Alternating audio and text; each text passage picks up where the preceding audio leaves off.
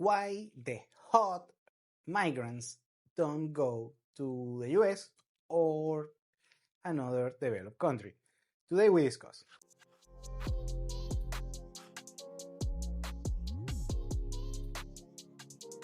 We ain't got enough fit women, and we've got too many mingers. Why don't we just let in all the fit refugees and turn away all the rank ones? I love Sacha Baron Cohen and just wanted to put this particular clip in order to make my point. Well, that, Ali G, that's fiction, that doesn't happen in real life. The fit refugees that's not a migration system, by the way, not in real life at least. And today I want to answer this particular question, something that I've been reading on Twitter or X, as you want to call it. And there is a lot of complaints since this particular debate with the H-1B visa, that most of them come from India, and people from India, according to the people that I read on Twitter, are not physically attractive according to their opinion. I don't care. Well, and they have this particular fantasy of why they want, beautiful, hot baddies going to their country, specifically the United States. And in practice, that doesn't happen often. And even if that did happen, actually that doesn't move the needle and makes the market even worse. And today we are going to explain why.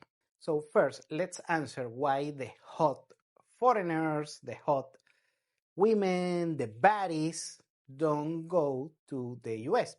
And the reason is very simple. They don't have to. Here's why.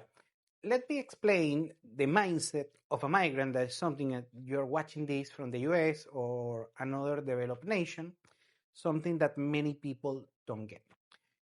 Most of the migrants, when they migrate to another country, is usually for having, in order to access synergy opportunities in order to increase their standards of living, something that they don't have in their home countries. In most countries, you have a bunch of inequality. Usually, a handful of people are the ones that have, the wealth in order to have a very good standard of living. And actually, they have an excellent standard of living, way better compared to most Americans, because usually are the corrupt politician, the dealer, something like that, or the old money. And just only a small handful of opportunities are spread among society. And that's why it's very hard to have a great standard of living outside of the US. I'm not saying the US is easy, but in the rest of the world, it's actually next to impossible. Of course, depends on the country, of course.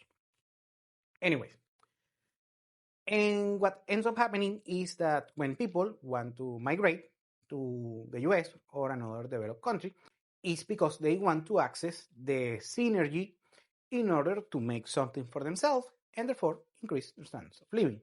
Very good on that. Now, what also happens is that first, let's say the talented people. Most of the talented people, regardless that they don't have as much opportunities on their home countries, still have a handful of opportunities. Nothing great, but compared to going through a draconian migration system like the US, that they have a terrible migration system that doesn't favor talent or merit, compared to actually the US society that actually rewards merit and hard work. The US migration system doesn't do that, by the way. Funny thing. Well, anyways, so they decide to just stay on their home countries and have a decent standard of living, or they migrate to another country where they have a better migration system. Now, let's go with the baddies because I know that's what you want to hear. Very good. Well, what happens with women is that usually on a underdeveloped nation or a less developed nation, the way in order to get something going on, well, that happens everywhere, but it's more prominent on a underdeveloped nation, is that the prettier that you are, if you're a female, the more opportunities that you're going to have. Let's say you're a hardworking female. the prettier that you are, you're gonna find better job opportunities. Usually, the job opportunities, good job opportunities, are very hard to come by in any place like Latin America or Eastern Europe or Southeast Asia or Africa. So the prettier that you are more likely to be hired. Not on meritocracy, because meritocracy is virtually non existent in most of the world. Usually is nepotism. So thanks to your looks, if you're a female, the better that your looks, you're gonna generate more nepotism in order to access to better opportunities. And that if that is you're a very hard working woman with potential. But actually what many women do, that happens everywhere by the way, but is more prominent on less developed nations, is that if you're pretty, you can just find a man, a match, a spouse, whatever may be the case, in order to be supported by such men and have all of the things that you want in life. Fancy travel, fancy dining, a new purse, whatever may be the case. We know basically the history. This is something very, very old and still prominent today.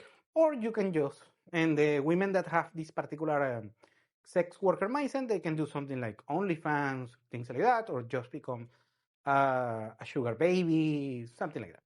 So you get the point. So at the end of the day, just leveraging your physical looks as a female, you don't need to migrate and going through a draconian process of migrating legally or illegally to a place like the US, where the migration, doing it legally, the chances are slim to none. And migrating illegally not only is dangerous, and of course is illegal, but also it's not gonna get you, it's gonna get you so far.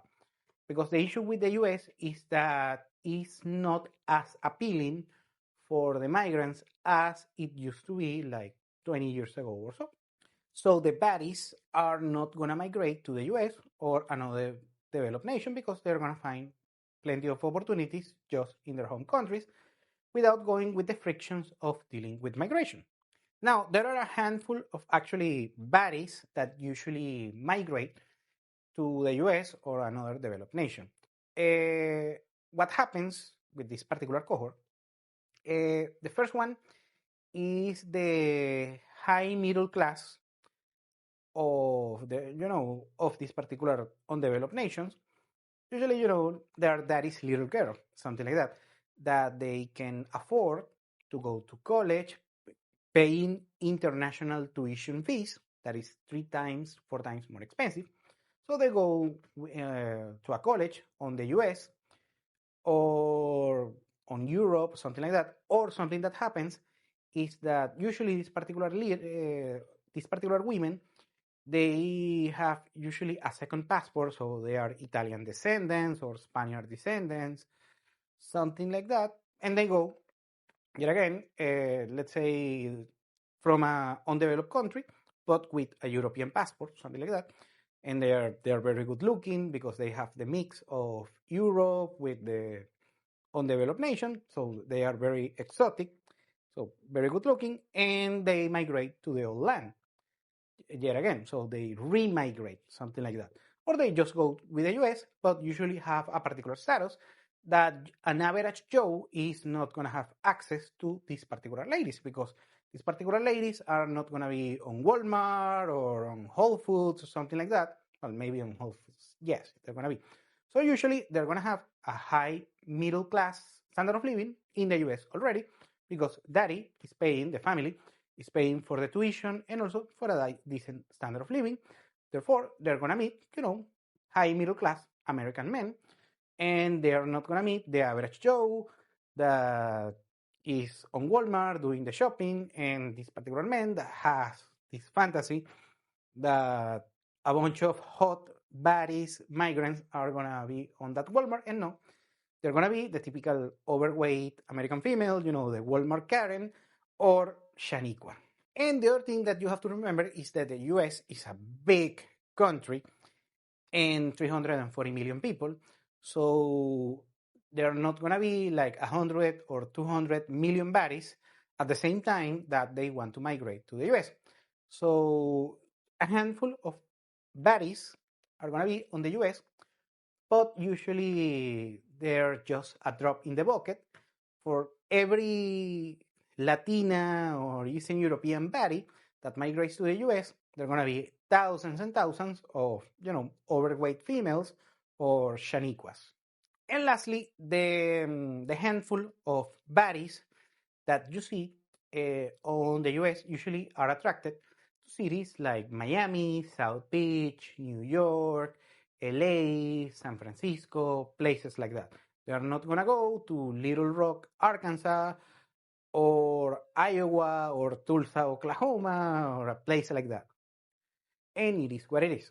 And they're going to be captured very quickly by the high status men that you have on this particular posh cities within the US, and they're not gonna go to the quote unquote middle America. And lastly, the handful of very good looking female migrants, uh, like I said previously, migrating to the US legally is next to impossible. So you need a sponsor. And on the particular case of the baddies, they migrate with a legal sponsor and with a financial sponsor, if you catch my drift. So they are being sponsored already. So they are not single, looking for mingle and meeting an average Joe in the United States. No, no, no. They are usually dating a top tier guy, the top 5%, top 10% of American men that can afford first being a sponsor, paying the whole team, and bring them back to the US. And that's what happens. Usually the hot Latina that you see in Miami, a place like that, they are not alone. They are being sponsored by successful men within the US. And that's the reason why the baddies don't migrate to the US and most of developed nations. And when they do, they are sponsored. So if you want a baddie, a Latina baddie, a Eastern European baddie, hot Asian, something like that, whatever may be the case, whatever may be your cup of tea, well, you need to go offshore and find it yourself.